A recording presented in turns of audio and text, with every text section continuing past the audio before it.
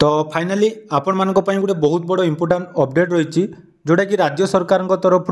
Odisha birth and death registration system आपण मानकर health and family welfare department रु आपण मानकर जन्म एवं मृत्यु सर्टिफिकेट पई नुआ वेबसाइट जाकि लॉन्च होईची जो थे आपण माने वर्तमान बर्थ सर्टिफिकेट को नहीं जो जो प्रोब्लेम थिला जेमिति कि आपण मानकर घरे जदि जन्म होइचंती तार बर्थ सर्टिफिकेट टू आरंभ करी डेथ सर्टिफिकेट एवं आपण माने जदि पूर्वरु निजर बर्थ सर्टिफिकेट करेक्शन करिया पई चाहुचंती ता मध्य वर्तमान एही पोर्टाल माध्यम रे आपण माने करि परिबे। तेणु बहुत इजीली आपण मानको पोर्टालटी उपलब्ध होईची। पूर्वर जो पोर्टालटी थिला से ता तुलन रे एटा बहुत स्मूथली चालुची। तेणु नुआ पोर्टालटी वर्तमान जाकि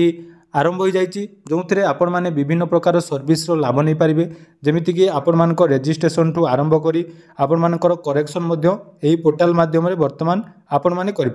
तेणु जो मैंने भी वर्तमान बर्थ सर्टिफिकेट ऑनलाइन रे करने चाहूँगी सेटा आपण मैंने जदि पूर्वर रेजिस्ट्रेशन कर डाउनलोड करें आपण मैंने जदि घरे जो मैंने जन्मग्रहण कर से पिला मानकर बर्थ सर्टिफिकेट